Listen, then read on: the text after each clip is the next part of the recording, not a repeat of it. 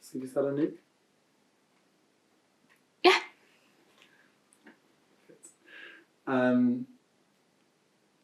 Hvad har du? Jeg hedder Nana. Og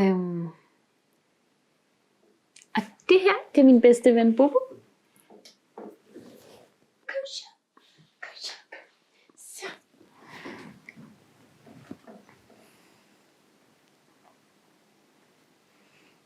Altså, Bobo gik bort for noget tid siden, men så kom han tilbage til mig. Som spøgelse.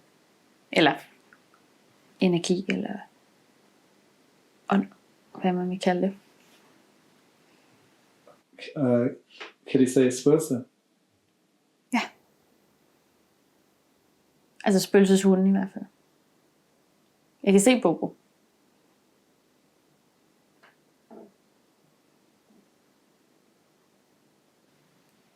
Kan du se ham?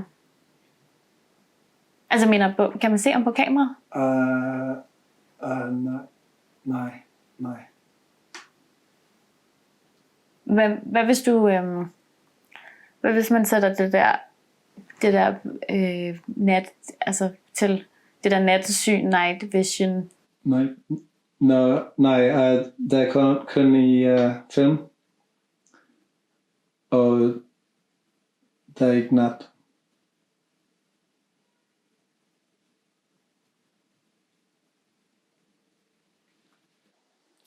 Det her billede var allerførste billede, jeg tog af Bobo.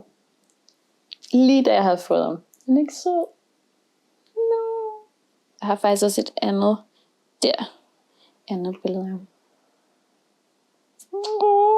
Han er så sød. Hvordan dør Bobo? Du mener, hvordan Bobo kom ind i sit næste liv? Ja.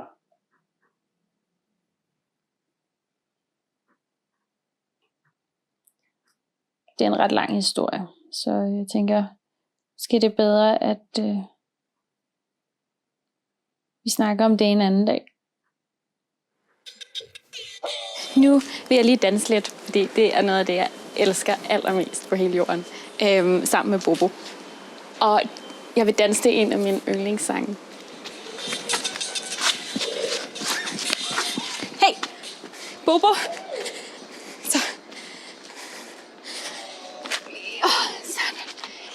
Nogle gange så stikker han af.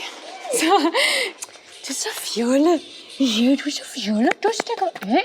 Ja, du er allerbedst i hele verden. Ja, du kan. Så.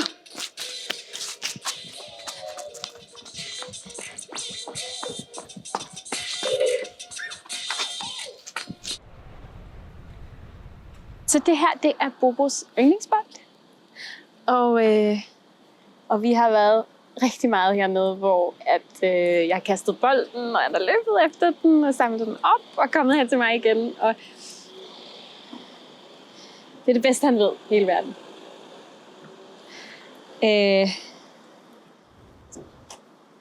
Skal jeg kaste den? Ja. Okay.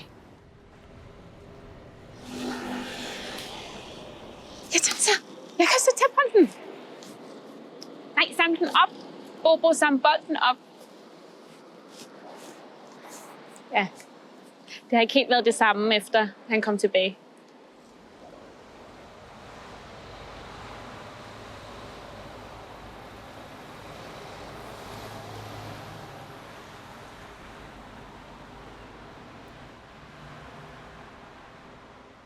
Nogle gange tager jeg ham med på arbejde. Fordi den gamle tosse kan alligevel ikke huske, hun har mødt ham før. Så jeg har en overraskelse til dig i dag, Sara. Kage. Nej. En hund. Jeg har min hund med. Hund? Ja. Til mig? Ja. En lille hund. Lille hund. Wuff. Okay, jeg henter den lige. Så, Bobo. Kom, Bobo. Ja.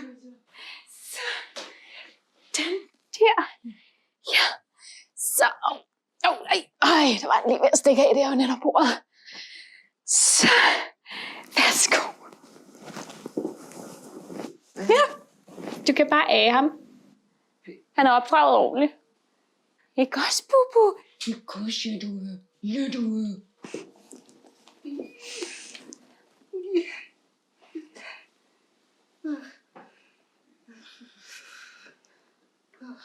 Jeg synes, det er lidt strengt, at du snakker så meget om, at du er glad for hunden, og det er, at du ikke vil klappe Bobo.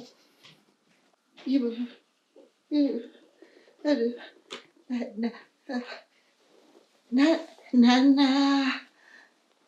Nana.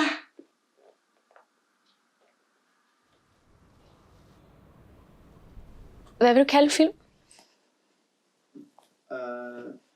Det ved jeg ikke.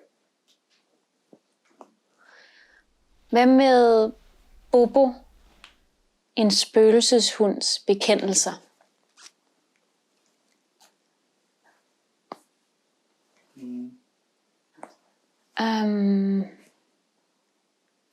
Eller spøgelseshunden. Findes de? Bobo, at være eller ikke at være. Ja, måske. Bobo, bedre end rødvin. Ja, jeg tænker på andre muligheder.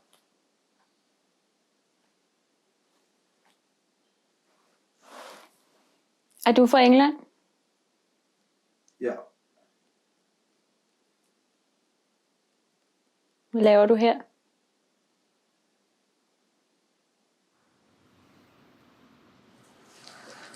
Så jeg skal på date. Jeg har mødt en mand på en bar, som hedder Munir, og så aftalte vi, at vi skulle mødes her i dag.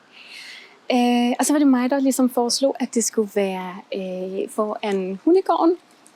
Fordi han ligesom skulle møde Bobo med det samme, synes jeg, fordi det er bedst. Han ligesom ved, at vi kommer i et par. Ja, vi gør.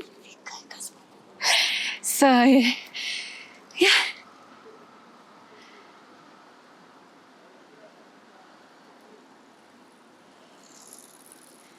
Så han er lidt forsinket. Han skulle være kommet nu for 10 minutter siden. Hey. Hej.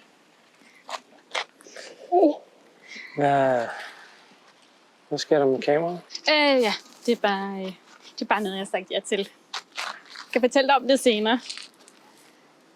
Jeg tænkte, vi skulle mødes her, Okay. fordi jeg har min hund med.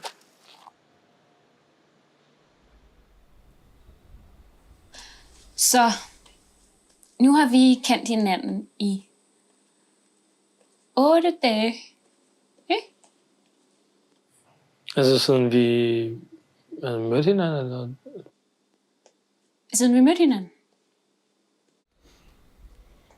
Jeg er virkelig glad for, at jeg har mødt Munir, fordi han er min ultimative drømmemand.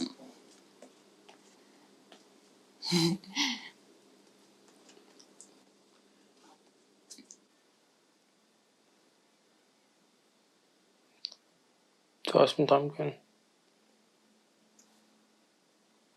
Munir faktisk er professionel danser. Så hans krop er virkelig fantastisk. Og så har jeg også altid gerne ville være sammen med en brun mand.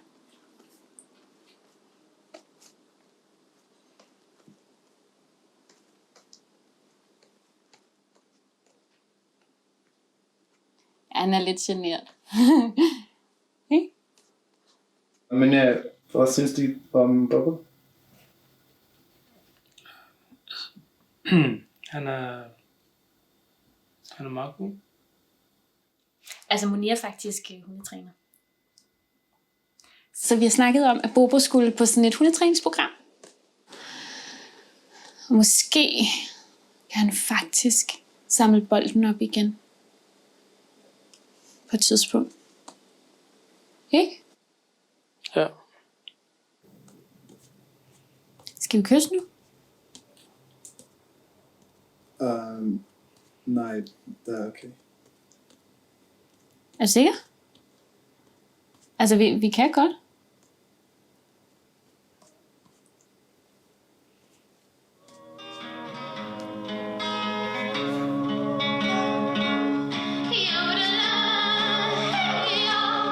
Stop. Stå. Plads. Vent. Dæk. Dæk.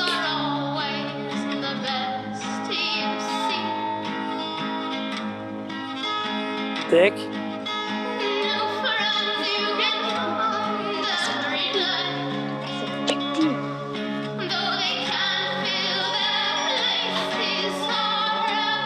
Bobo! Bobo! Nej! Så!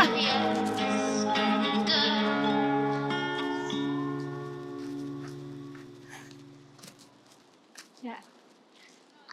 Nogle gange så stikker han bare af. Hov, der var en anden hund. Ja, det. Så mig og Monia, vi har besluttet os for at lave en lille dans. det er sådan en fest, vi skal holde. Fordi vi har kendt hinanden i 3 uger. Ja.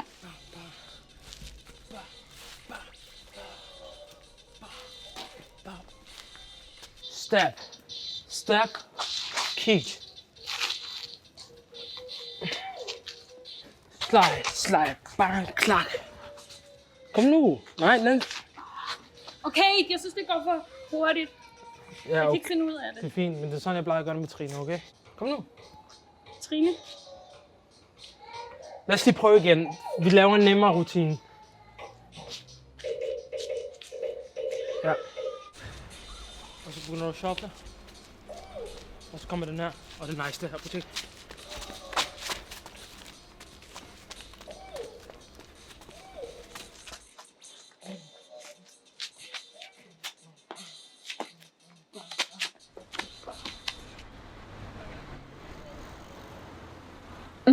Jeg har uniform på.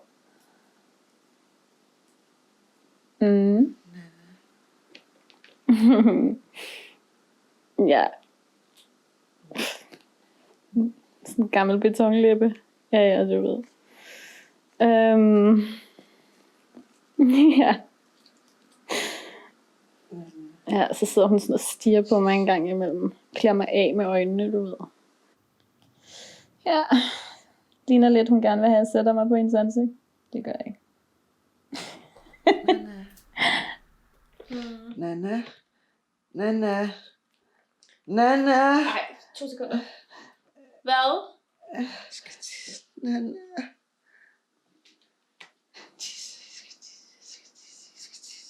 Hjælp mig ud. Hun sidder og snakker om tis. Det synes jeg sådan lidt. 2 sekunder. Se. Kan du huske? Der er vi nået til, ikke? Så, jeg læser der. Okay. Der er vel ikke noget ved mig, du overhovedet ikke kan lide? Nej.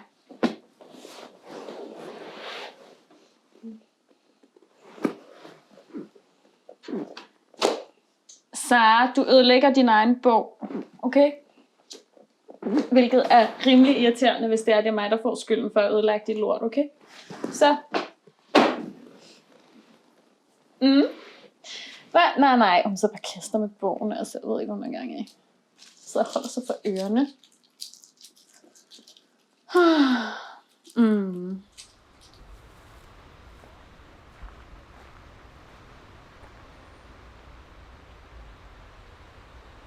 Hej, Hej. hvordan går det? Det går godt. Vi er bare ude og gå en tur.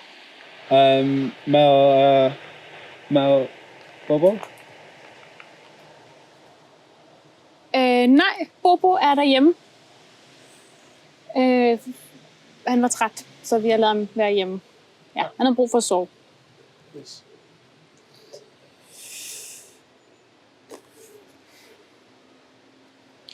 Skal du ikke snart tilbage til England? Nej, jeg bor her. Okay.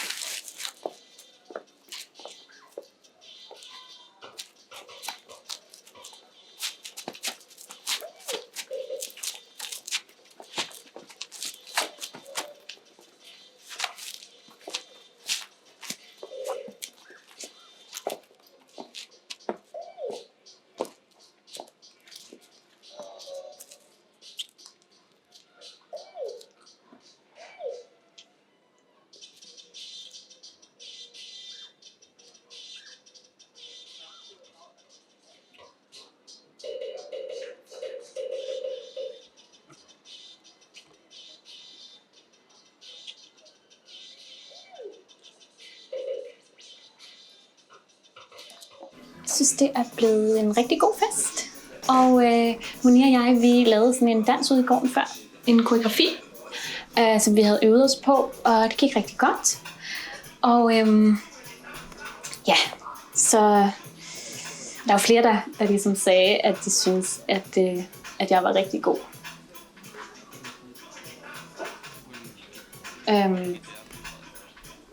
Og så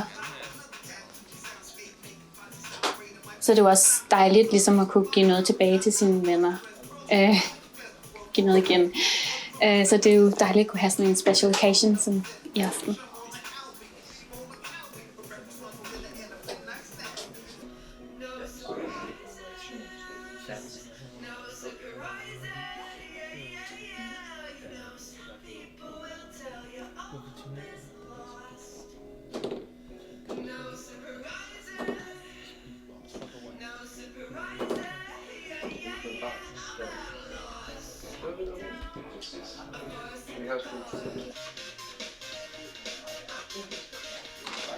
Hey, hvad fuck laver du? Du har sat dig oven på Bobo. Du har fucking sat dig oven på min hund. Hvad? Hvad vil du? Vil du have det godt med, at jeg satte mig oven på dig, hva'? Skal jeg prøve? Hva? Så hvis jeg sad her.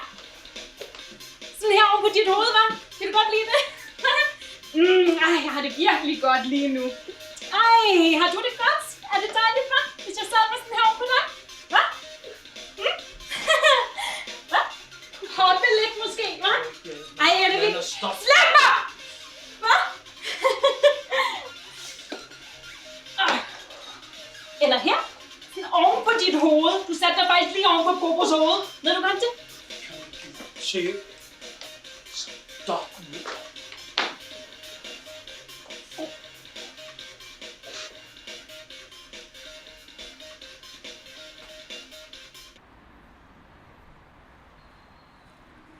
Så det gik ikke lige med ham der fyren.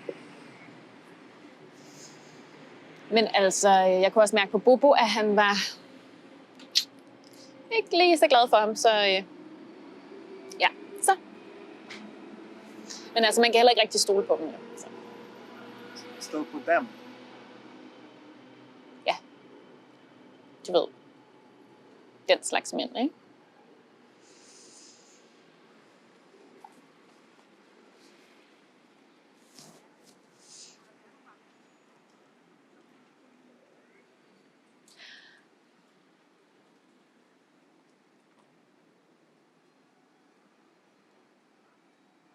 Skal jeg fortælle dig, hvordan det var, at Bobo han gik videre til sin næste liv? Ja.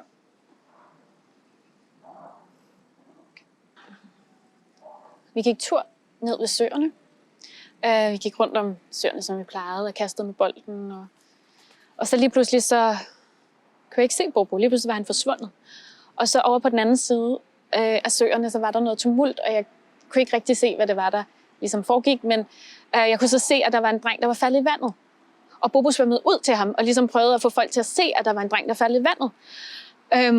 Og så var der en mand, der hoppede i vandet, for ligesom at prøve at få drengen op. Og han kom også op på bredden, og de prøvede ligesom at få ham til at trække vejret igen. Og der var en masse mennesker, som stod rundt om dem, og ligesom prøvede at få liv i drengen. Og de ringede efter en ambulance, og ambulancen kom. Og de alle sammen stod der, og de var helt vildt glade, da det endelig lykkedes at få liv i ham igen. Så det var sådan helt, ligesom på film, at alle menneskerne stod der og var, det var sådan helt magisk.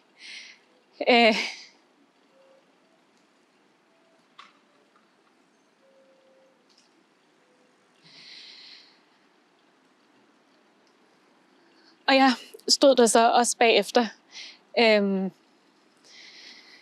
og prøvede ligesom at finde ud af, hvor Bobo var blevet af. Fordi sidste gang, jeg så ham, var han nede i vandet.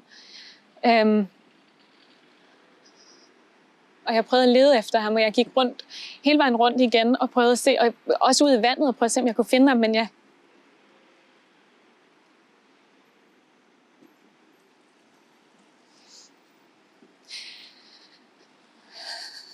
kunne ikke finde ham nogen steder.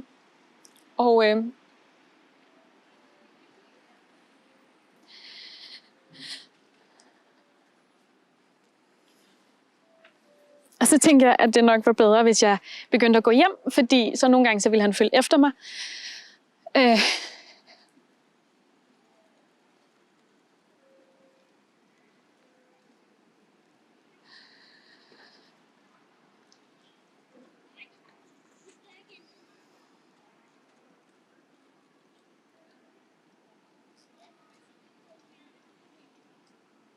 Men han kom ikke.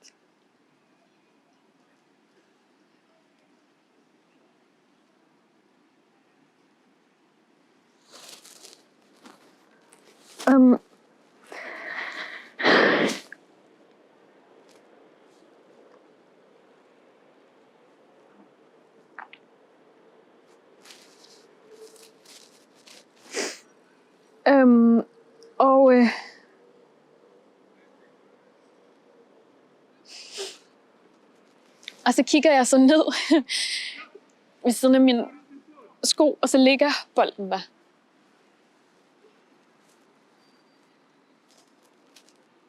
Science.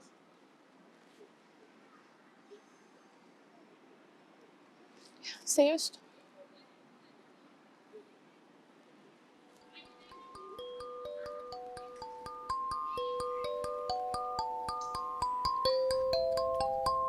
Det er derfor, jeg godt kan lide at komme her i hundegården.